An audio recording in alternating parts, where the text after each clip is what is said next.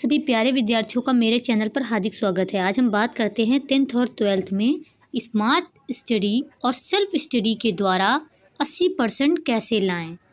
मैं लाई हूँ और आप भी ला सकते हैं बिना कोचिंग के।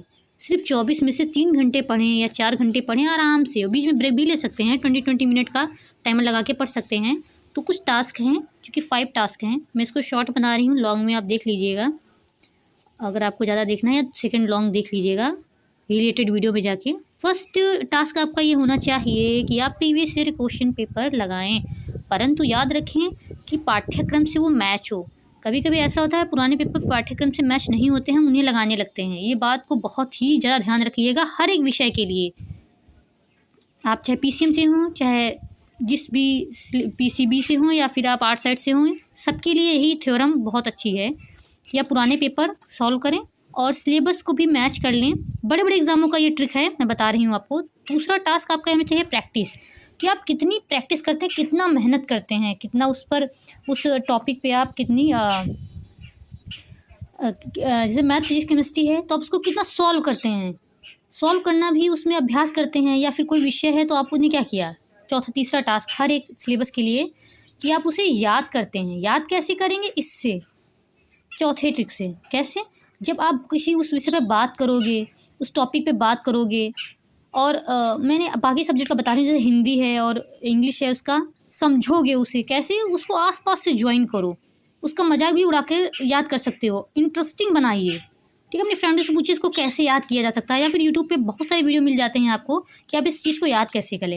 जिस तरह से आप बाकी शॉर्ट्स देखते हैं उसी तरह कुछ समय, बस कुछ समय, मतलब बस कुछ दिन, 10-15-20 दिन बचे हैं आपके एग्ज़ाम के लिए। बस उतने दिन आप मन लगा के पढ़ाइए। उसके बाद आपकी छुट्टी ही है और आपको फिर इंटरटेनमेंट करने के लिए पूरा समय मिलेगा। और मैं कहती हूँ कि 3 घंटे सिर्फ पढ़ना है, बाकी टाइम हम इंटरटेनमेंट कर सकते हैं। उसका टाइम फिक्स कीजिए, टाइम टेबल बनाइए, ठीक है। तो आपका ये तीसरा टास्क हो गया कि आपने उसे याद किया, लिख कर सुनाया, या लिख कर के टेस्ट लिया कि मुझे कितना याद हुआ। क्योंकि जो बार बार आती हैं चीज़ें, यानी प्रीवियस ईयर जो बार बार आता है वो ज़रूर आता है, उसका आने का चांस आपका 50% से 60% है कि वो आएगा ही आएगा। तो जो बार बार आ रहा है प्रीवियस क्वेश्चन पेपर, पहला टास्क है आपका, उसको ही पढ़िए, उसी को याद कीजिए। और मैं पूरी उम्मीद के साथ कर सकती हूँ कि वो ज़रूर आएगा। मैंने ऐसा किया है, मेरे 80% आए हैं। सिर्फ इतना ही फोकस किया था। साल भर आप चाहे जो पढ़ें, पर जो लास्ट टाइम पढ़ता है वही सबसे बेहतर नंबर लाता है। और ये कैसे होता है? सेल्फ स्टडी और स्मार्ट स्टडी। स्मार्ट स्टडी करने का तरीका यही है जो मैंने अभी आपको ये बताया है, ठीक है। और रही बात नो पेन नो गेन, जब तक आप दर्द नहीं सहेंगे तब तक आप कुछ प्राप्त नहीं कर सकते हैं। मैंने मैथ के लिए मैं बहुत रोई थी, क्योंकि मुझे समझ में नहीं आती थी। फिर धीरे धीरे मैंने बहुत मेहनत की और इसी थ्योरम के द्वारा मैंने भी किया और मेरे 80% आए। और अगर आपको ऐसा लगता है कि मैं नहीं लाई हूँ तो आप मेरे चैनल पर जाकर देख सकते हैं, ठीक है।